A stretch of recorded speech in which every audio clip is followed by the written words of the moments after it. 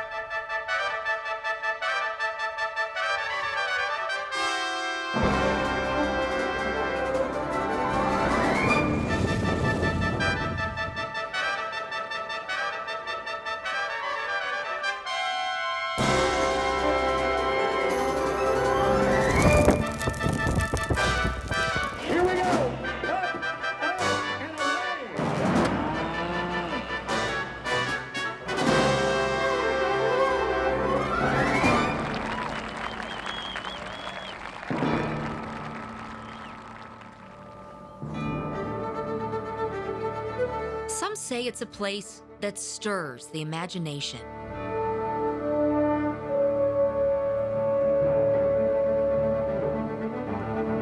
An observation point for looking back at a view shared with our ancestors. Some call it a natural beauty that quietly lures the visitor in for a peaceful look at the landscape. The Flint Hills don't take your breath away. The Flint Hills give you a chance to catch it. It's contemplative, it's relaxing. But of all that has been said and seen in this place, who would have imagined this? A prairie turned performance space, a stage to showcase the Flint Hills and the Kansas City Symphony.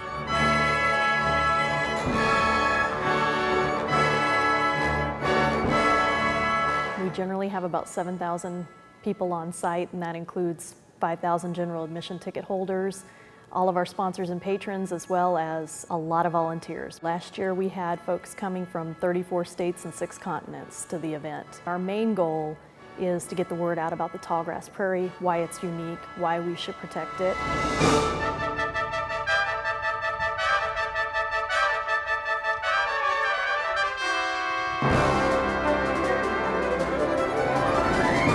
It's the last major stand of tallgrass prairie anywhere in the world.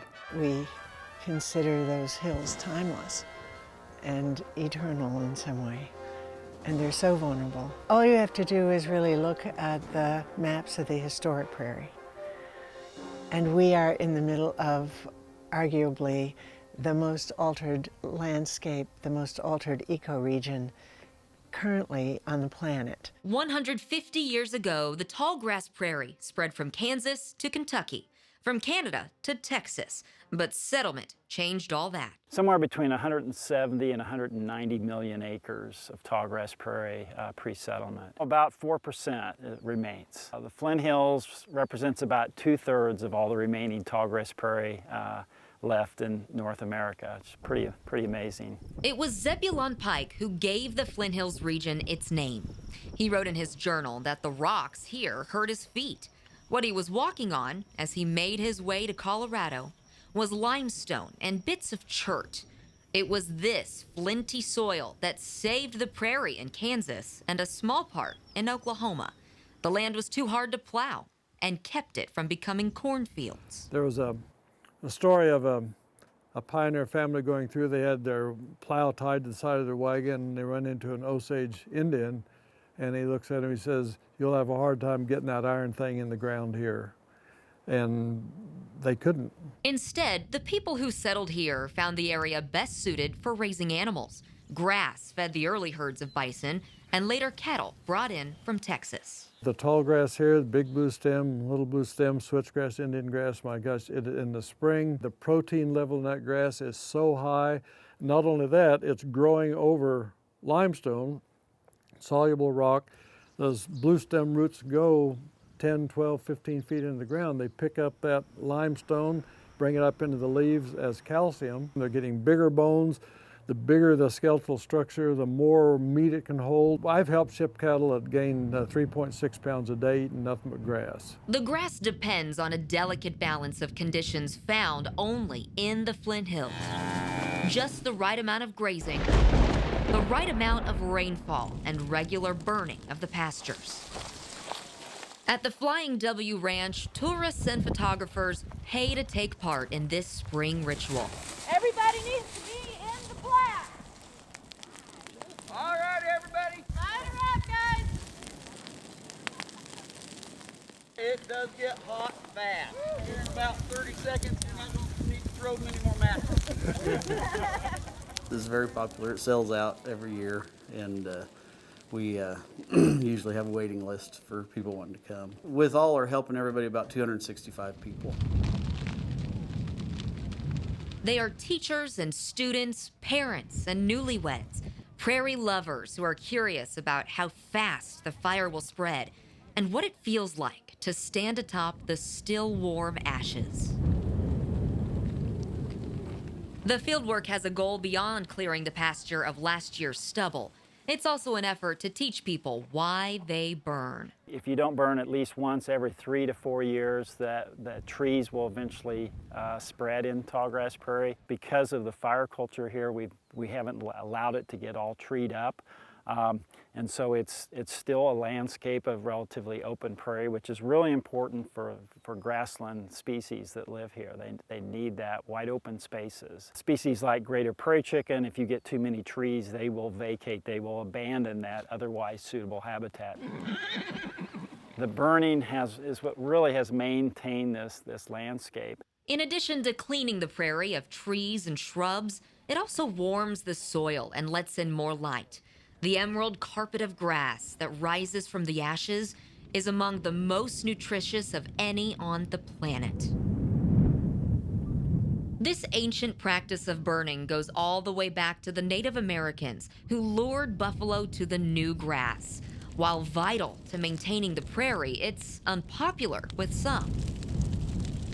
I think in particular in urban areas, in Wichita and Kansas City, they're impacted by the land management practices here. When people burn, they feel it.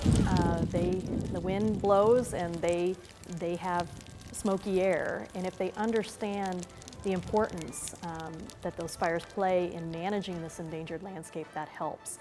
And I believe introducing thousands of people to that landscape and educating them about those practices has had an impact on protecting it.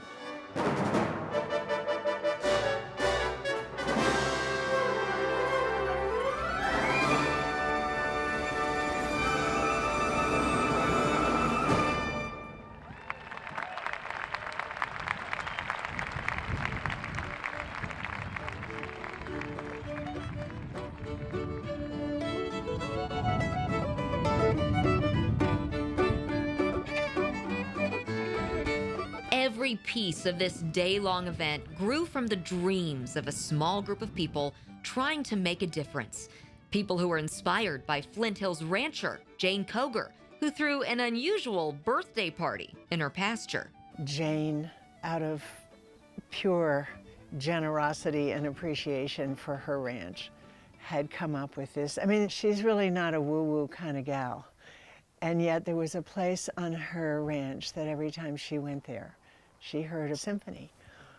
And finally, at a certain point, I guess she just said, okay, all right already. She decided to invite folks to come for a concert. She put together a symphony. It was all women, and I believe about 3,000 people showed up to that event. It was a free event. That was a very popular event, and it was something that people talked about for a long time. There was a 10-year period where nobody picked it up. And during that time, what some perceived as a threat to the beauty of the native prairie appeared on the horizon. People envisioned a wind tower, an industrial wind tower on the top of every hill.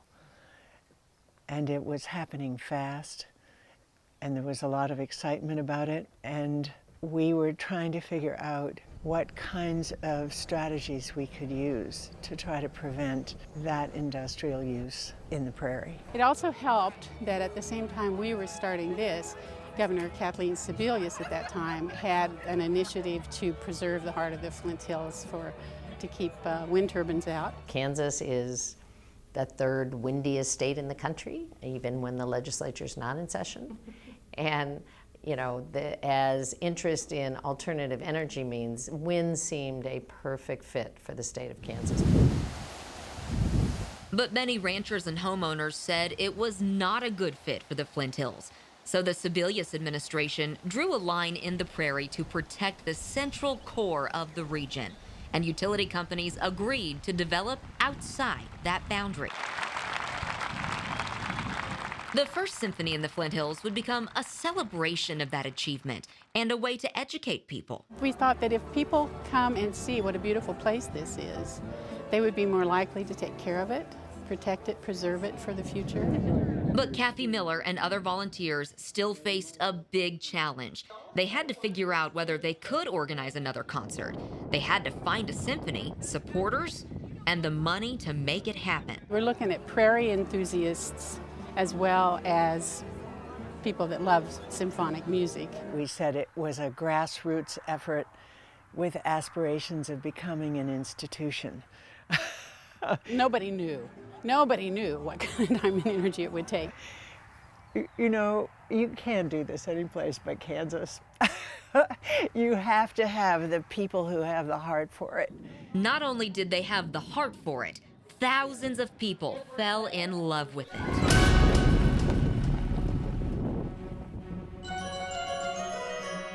Including the Kansas City Symphony, which agreed to come along for what would turn out to be a signature event. I mean, what we didn't know was they were looking for trouble. They were looking for something that would set them apart, some adventure, some dimension to sort of conventional symphonic programming. They just said, yes, count us in. One of the first impressions that I got of Symphony in the Flint Hills was a photograph of the performance with the sun setting in the background, and I just thought that was so beautiful. And I was really excited to be a part of it because I don't know of any other orchestra in the country that does performances outdoors quite like this.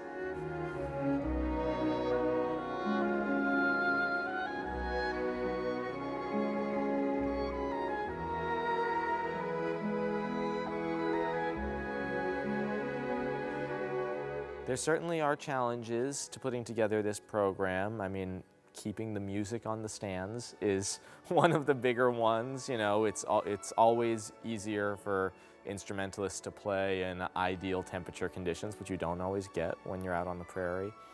And there's also the issue of, you know, audibility. What music is going to really pop in a setting where there are no walls?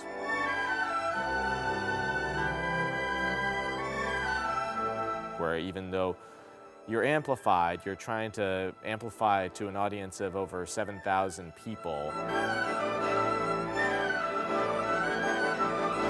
Picking music with a mind towards creating a balanced program, but also keeping the energy level up and also being true to the location and true to the spirit of the day, it takes a long time, and it takes a lot of it takes a lot of care and attention to detail.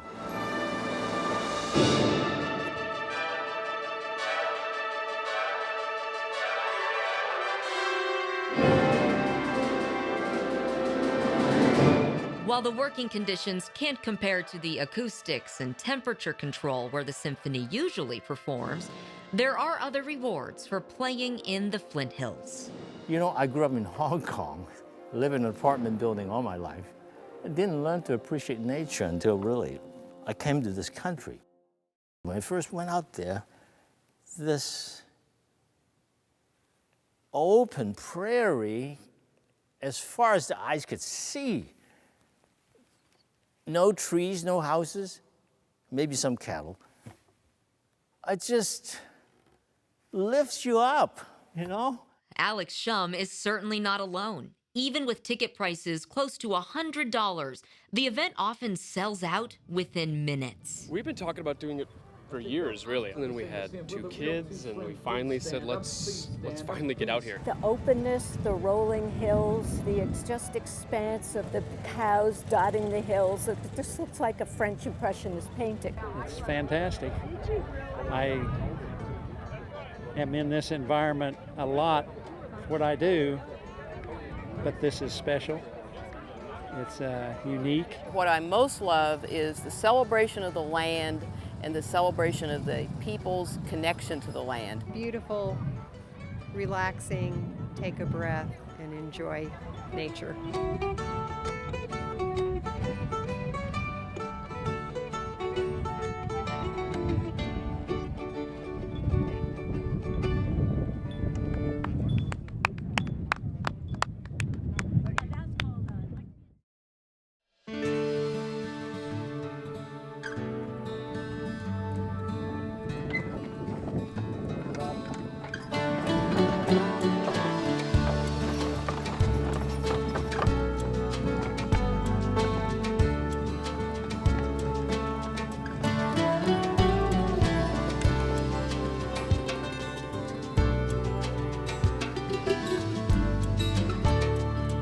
First-time visitors arriving at the Symphony in the Flint Hills walk into a place that looks like the 1800s, invaded by visitors from the future. Among them are artists trying to capture the essence of this tall grass countryside as it is today. For some of them, the experience can be overwhelming. I really didn't know what to expect. And it's blowing my mind. Have a great day. From pulling in the parking lot, having the golf carts take us to the entry. I think it's gonna be gorgeous. I think sunset is gonna be incredible. I'm gonna be taking a lot of pictures.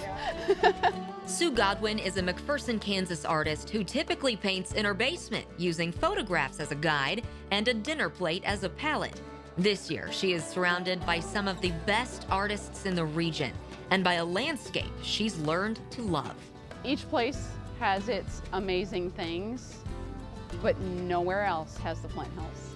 You submit electronically a digital file. In this case, the jurors were from the Nelson Atkins Museum, and they look over all the entries. I believe there was something like 83 entries, and they narrowed it down to 42 or 43, and voila.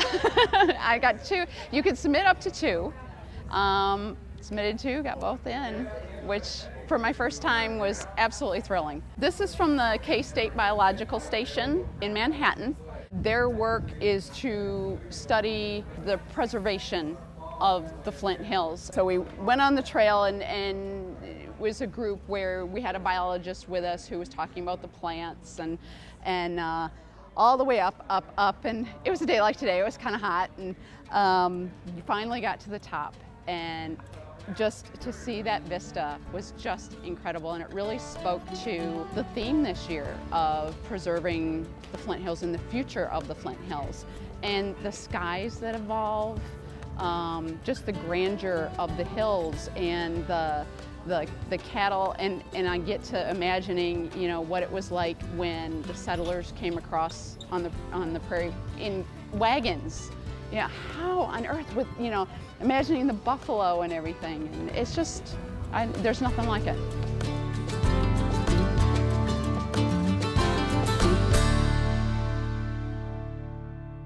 In addition to paintings, this event makes it possible for people to experiment in the art of self-expression in a variety of ways.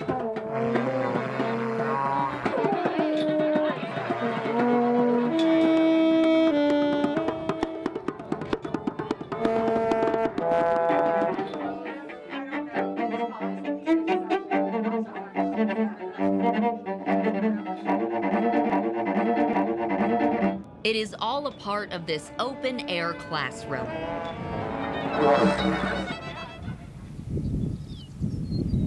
For those who prefer a quieter atmosphere, volunteers take guests on a guided tour of ancient Flint Hills history, the history of the rocks, soils, and plants. The common name for it is the wild blue indigo. And the Indians apparently taught them how to take these plants and peel the flowers off, put them in water, maybe boil them slightly, pour off a little bit of the water, and then dip the fabric they had into the dye. Tom Eddy is a former botany professor who loves to share his passion for the prairie. He is among a group of mostly retirees who never get tired of talking about this landscape. I like to think about the perspective, and I like to think about what was this 200 million years ago. If I looked out there 200 million years ago, what would I see? I wouldn't see anything. I'd be in water. This is a sea. This is an inland sea then, and it's got a bunch of little tiny single-cell, two-cell animals running around, floating around in the water. And those guys are the guys that died and formed the rock below what we're standing on. From my perspective as a veterinarian, this is God's country for cattle. One of the things that makes this special as far as an area to grow cattle is the diversity of plants that we have out here. This is called the round-headed Lespedeza, the capitate Lespedeza, and it's a native plant and of reasonably good forage for livestock.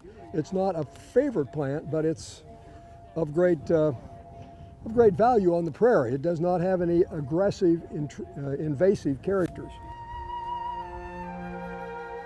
This is paradise on earth. From Topeka, from Kansas City, from Wichita, this is a different world. So people that drive through here, they should notice it, they should be thrilled by it, and we all need to do everything we can to keep it as pristine as it is.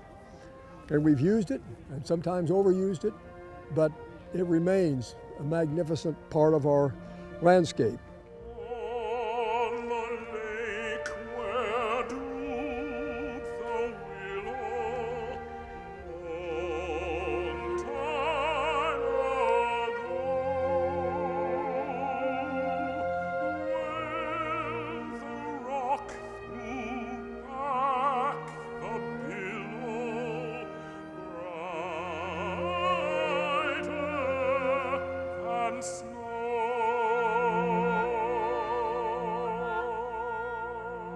The history of the Flint Hills is filled with stories of the sacrifices made, the risks people took to come to this place.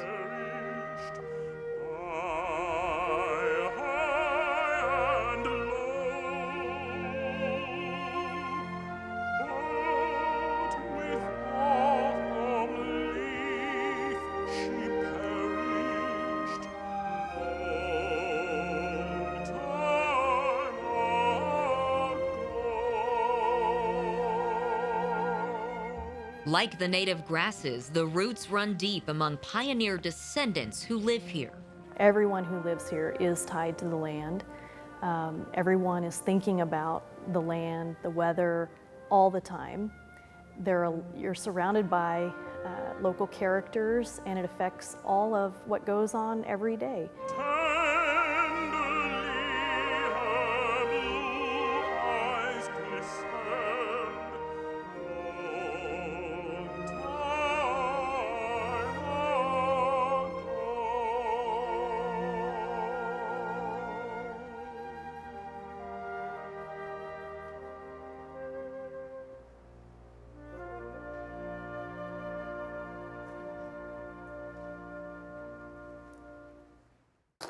These probably don't amount to a damn. I don't know who they are now even.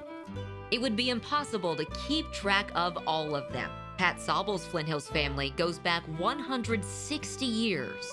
And that's my grandfather right there, David Sobel, who got killed by lightning. He was the daring 19-year-old sent to a store to fetch sugar for his mother in Maryland and ended up in Cedar Point, Kansas. And on the way in, here he met Peter Hoover, a neighbor boy down there, and they were horseback too. He come and rode in with him, and they got to talking about, because people were going west all the time. The plan was to go to Missouri, then they'd make some money there, then they could travel on the Santa Fe Trail on out here, see. That's what they did. As a child, Sobel witnessed a lot of hardship. His mother died when he was only 5. He was barely 10 when he saw the wrath of the Dust Bowl and lives destroyed by the Depression. And I called them tramps, and Dad said, nope, they're not tramps, Pat. He said, those people are good men, good workers, but there's no jobs.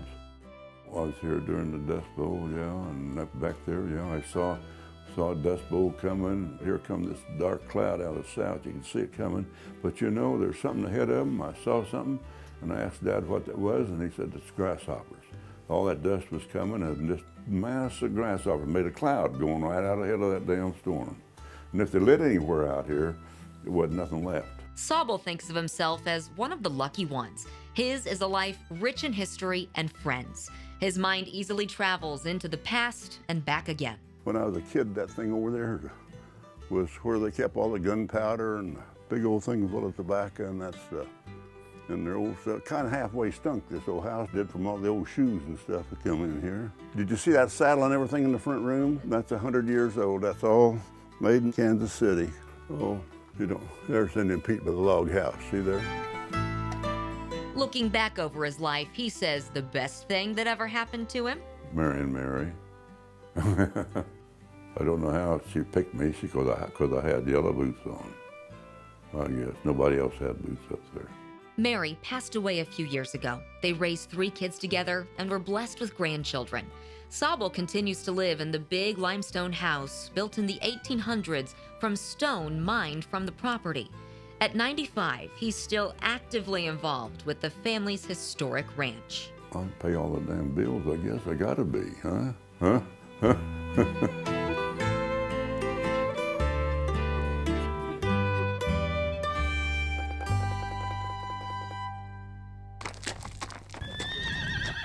The Hoy family also has a long reach into Flint Hills ancestry.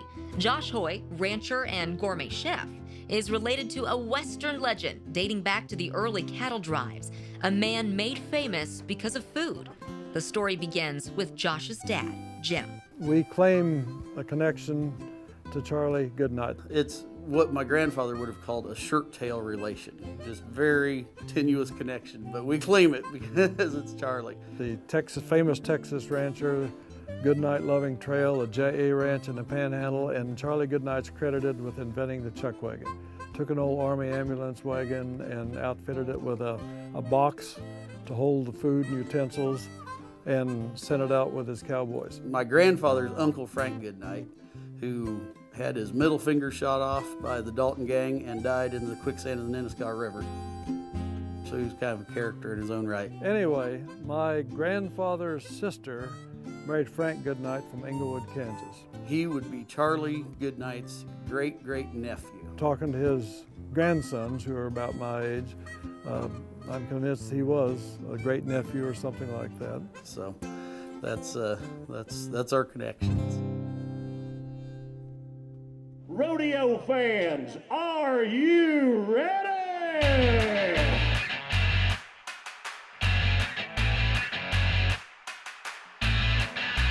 Rock-a-bye, baby. Show 'em what you got, cowboy. Remnants of the Wild West cowboy culture and ranching tradition are still very much a part of this place. Tonight, it doesn't matter whether you are 6, 66, or 96. We've got something for everybody. The area supports a rodeo that boasts 79 years of consecutive competition. This year, it hosted contestants from Australia and France, as well as some 300 from all across the U.S. The early rodeos, that's why they started up. One cowboy said to the other cowboy, my horse is faster than yours, so we had a horse race. Another cowboy said, I can ride a bucking horse better than you. All right, we're going to have a contest.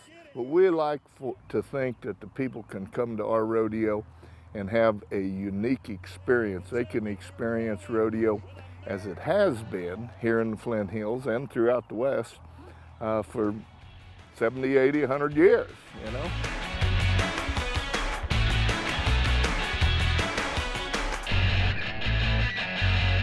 While rodeo may resemble its early beginnings, the life of the Flint Hills cowboy does not. I always wanted to work on a ranch, and I had my mom's cousin lived out there in eastern Colorado, and I asked her if she, if they needed help. She goes, no, but I think the ranch next to us does.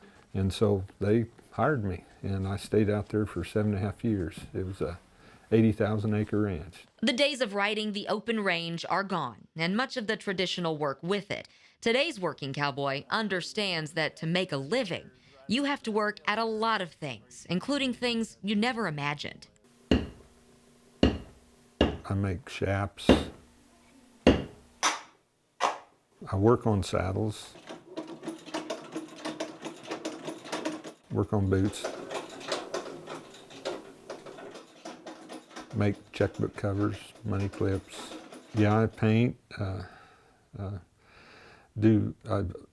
draw, charcoal, pen and ink. Last November I finished my second book. I can't believe it because my mom's a school teacher. I never was tested, but she thinks I have dyslexia. I don't know, I've seen other classmates of mine back in high school, that have seen me and says, "You've written a book?" It's like, I'm sorry, I did.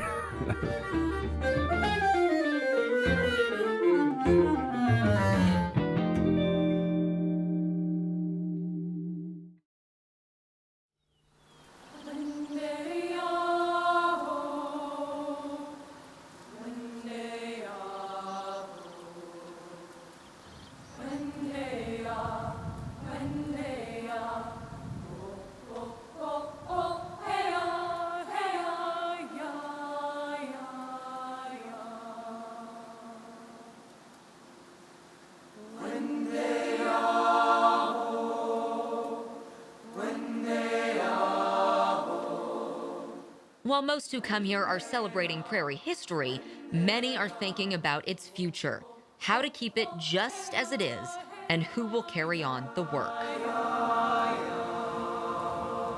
I love history, and I've always wanted, to jump in a time machine and go back 200 years. Brian Obermeyer is standing in the middle of the Tall Grass Prairie Preserve near Strong City, Kansas.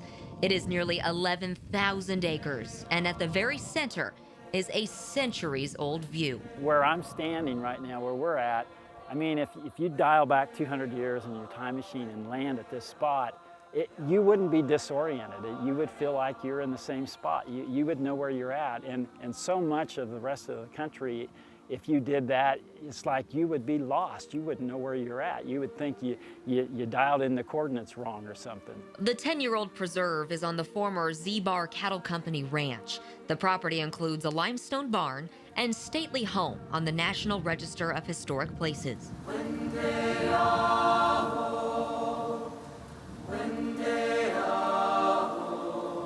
There's also a one-room schoolhouse built in 1882. When the company disbanded in 1986, the land was placed into a trust. Some here thought it would be a beautiful addition to the national parks. Others did not.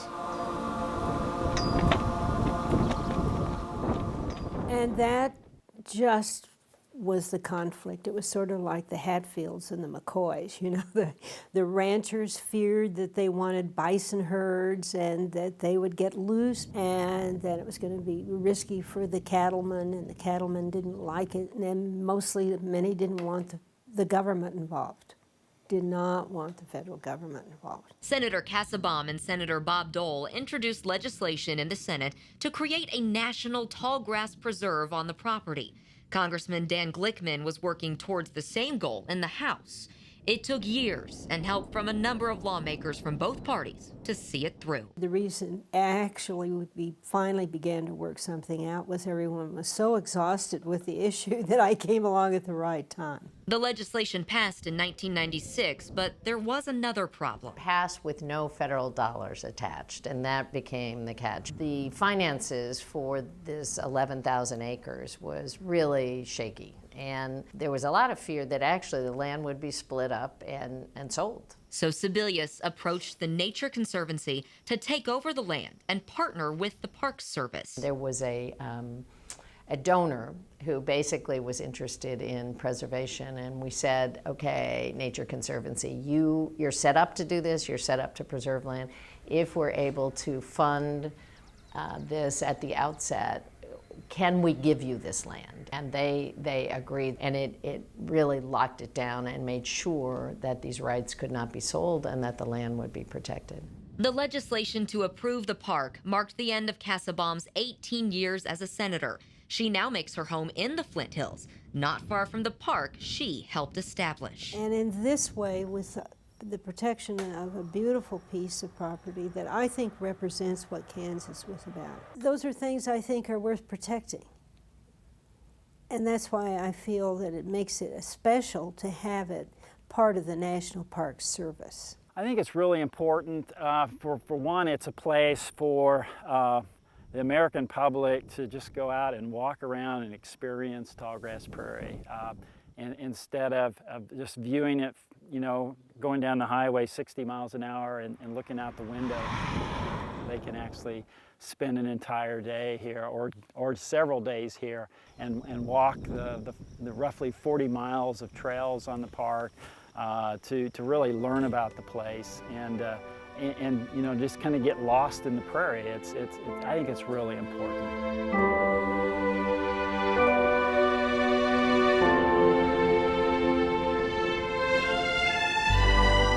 Prairie and the plains, while less stunning at first sight, last longer. Fill the aesthetic sense fuller, precede all the rest, and make North America's characteristic landscape.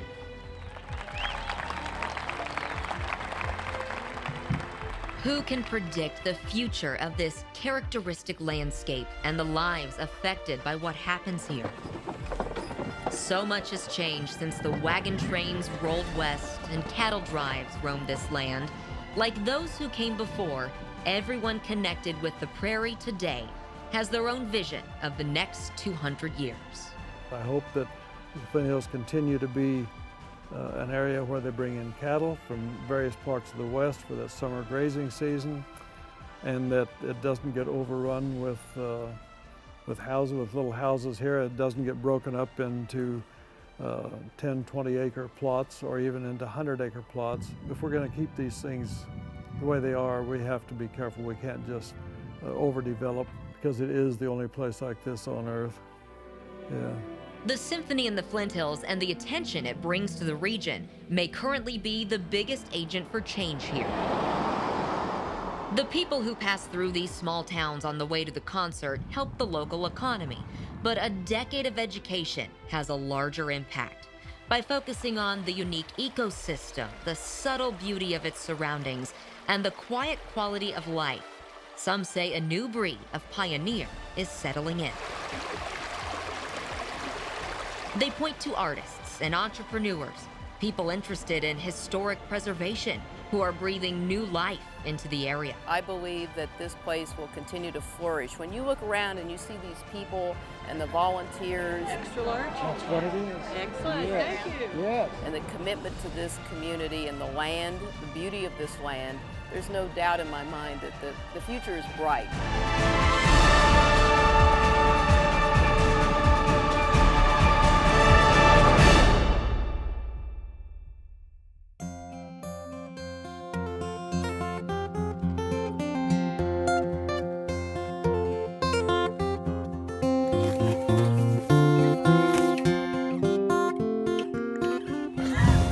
In addition to new settlers, it will still take young people willing to work the land like their families before them.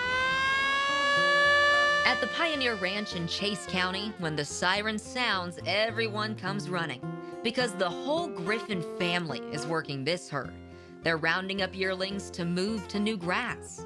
There's Mom, Amber Griffin, 8-year-old Brock, and 10-year-old Wyatt. Amber's brother Alex is here somewhere. Now you can compare this quarter that we're moving the cattle off of. And of course, Dad Dave Griffin is behind the wheel. Even the family dog is involved. The only one missing, 2-year-old Hannah, who's too young to come along for this ride. For the parents, the kids, and the relatives, there's nothing unusual about all this. This is a typical day on the job, if there is such a thing in this family. Probably the answer to that is there really isn't a typical day. I don't know if even 2 days are ever the same. Amber Griffin seems born for this lifestyle. Her earliest memories are of falling asleep in the saddle, riding with her mom.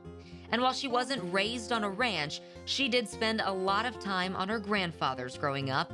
She says he's the one who taught her how to rope and ride fast. She hasn't slowed down much since marrying and teaming up with Dave. There's a lot of wives, you know, behind the scenes, and there's a lot of wives that completely understand what I do. I give credit to Dave. He's definitely the boss around here, and we just kind of decide together what needs to get done, and then it takes us both for sure, and we've got a good crew. Well, there's just so many different jobs that you juggle. It's kind of like raising kids. It takes a village, I guess is how, but yeah, not without my in-laws. They've been tremendous help for Dave and I. It's definitely family-oriented, and we all work together. They will look after this herd for about 90 days before shipping the cattle off to a client. They have their own cow-calf operation that keeps them busy for the rest of the year. The days are long. There are few vacations, and some of the chores, well, it leaves you wondering why anyone would want to do this. I don't ever wish for a town job, but there's definitely days where I don't want to be waist deep in a creek fixing a water gap. The kids are almost always with them, watching and learning from the adults. It's anyone's guess if they'll be the next caretakers of this land, but their parents are hopeful. I like being a part of the heritage. I mean, Dave's 5th generation. Our kids could be the 6th generation if they choose to be. That to me is a special part. We hope they do. We want them to have the opportunity to be able to come back and do this. But sure, we'd love to be working with them in 20 years, just like we work with Dave's parents on a daily basis. So it's been fun working with them, and we'd love to work with our kids, but I don't want them to feel that pressure like they have to. I want them to want to do it.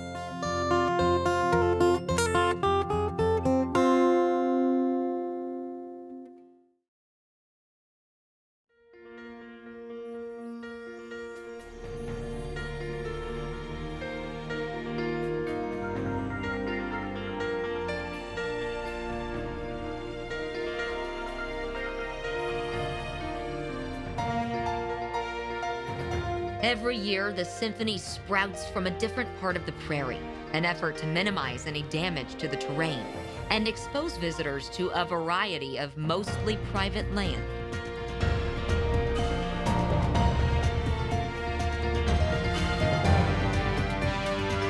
While the scenery changes each summer, there is a concert tradition that remains the same. The singing of the Kansas State Song at the end of the program.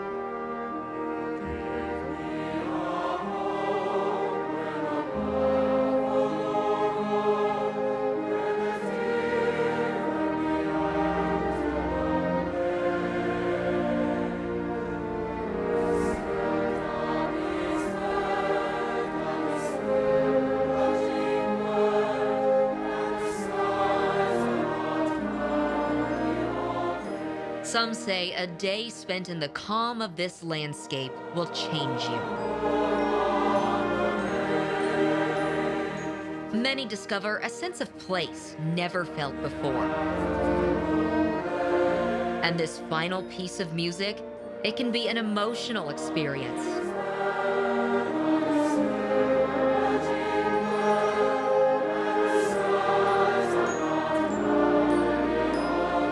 A feeling of homecoming for a place that only existed in your imagination until now. You know, it's funny because I always get a little bit choked up when Home on the Range happens every year also.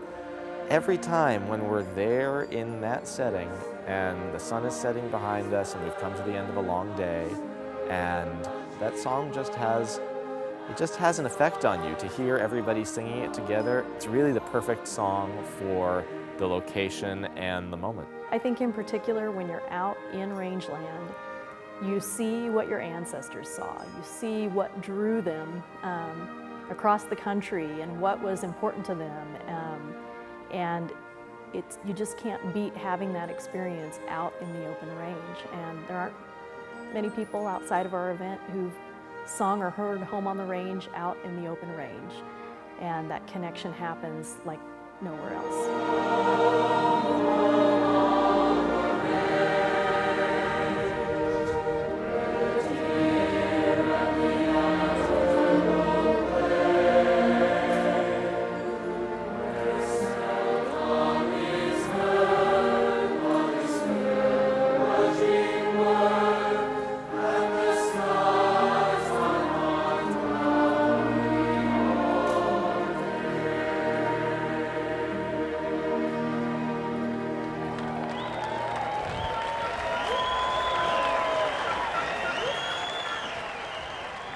We hope you've enjoyed this look at our Prairie heritage and the people who make the annual Symphony in the Flint Hills concert possible. If you'd like to learn more about some of the organizations that contributed to this broadcast, please visit our website, kshb.com.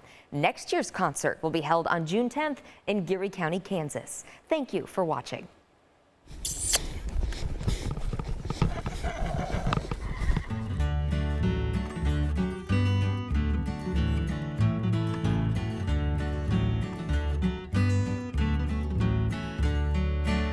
She comes from California. And I fly in from California. And we have a fabulous team of volunteers. We love all the chaos that builds up to the symphony time. That was fun. I like people and it's a neat event, so I came back to do it again. And to see the cows and the cowboys and the cowgirls, it's just fabulous.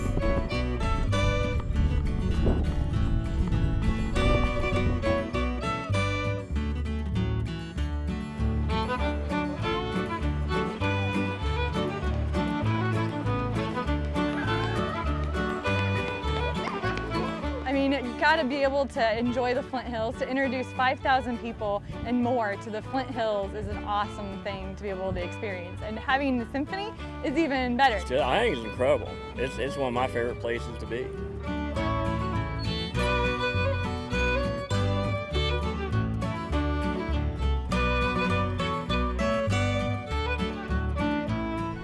Aha, we got one trying to hide. Yeah, get out of there. Look at him go, look at him go.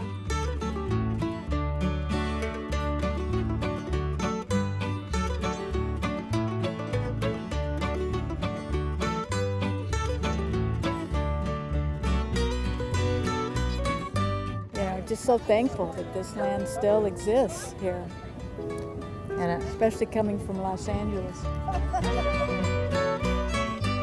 Cows are like I am. You know, I go to a buffet and I'll pick certain things and I'll leave certain things. I'm selective. Are you getting close up?